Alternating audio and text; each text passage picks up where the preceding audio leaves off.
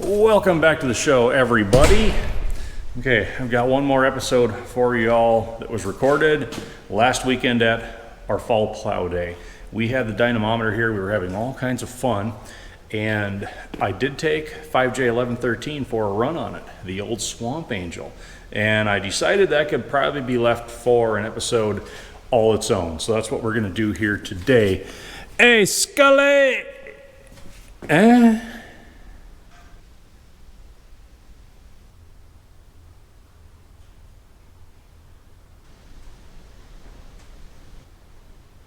I don't even want to know.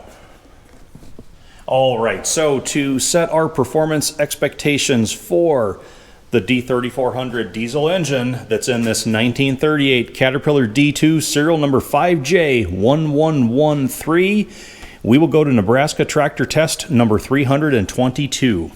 The test was performed from July 24th to August 4th, 1939, so the following model year, and under brief specifications, they used tractor number 5J1509, so just under 400 units later than 5J1113, so pretty even comparison.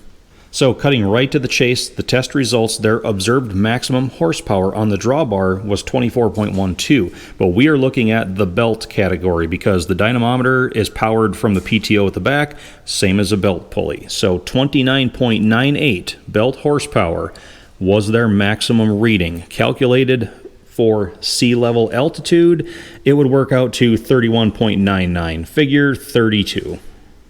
So this location where we stand is at 1,160 feet above sea level, and we ran the dynamometer right outside this building, so all the same. So figure the Nebraska tractor test spec the 5JD2 at around 30 horse on the belt, and we have, going by the clock, about 20 hours on this engine after the rebuild. It was a little bit loaded up from the putting around that I was doing a couple weeks prior, but we all wanted to see what the old Swamp Angel would put out. So let's get to the footage and see how it does. Well, here we are, our fall 2025 plow day. One of our members of the channel brought his dyno, and we're going to hook up the Swamp Angel to it and see how it does.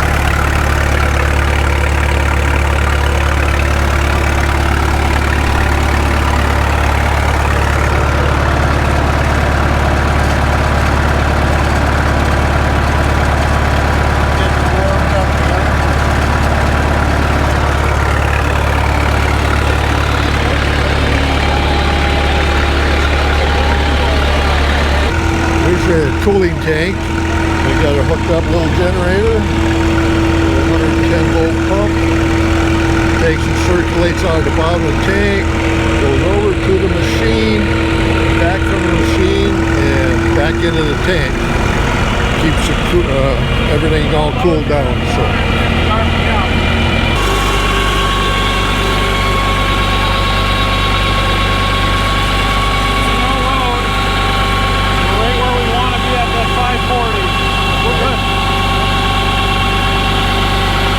When we get further along with it, if it has more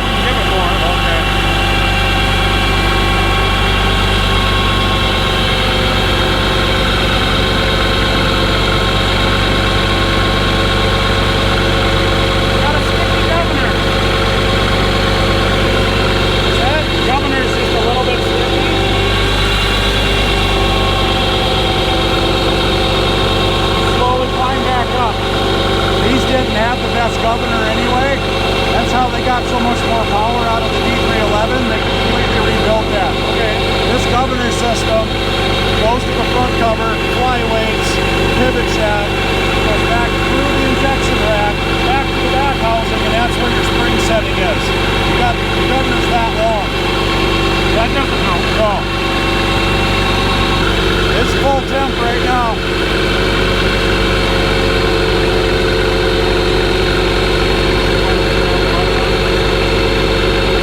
Give it a little more. Bring it up and roll.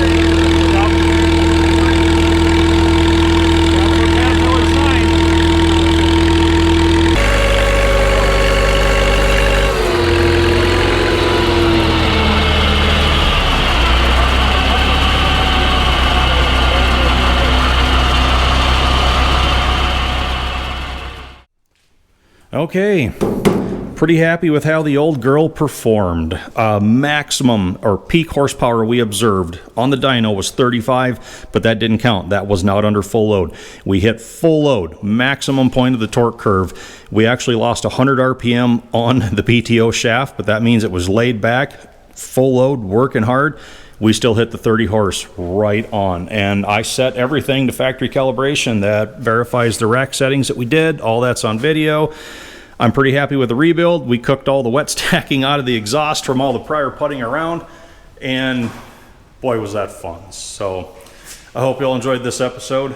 I know I sure did. It was fun cooking that on the dyno. If I could only get about another 50 hours of steady work like that, we might be ready to throw the cab on, let her prove herself out. So, all right, everyone. For the Swamp Angel and Old Scully, Scully, thanks for watching. Hope to see you back on the next one.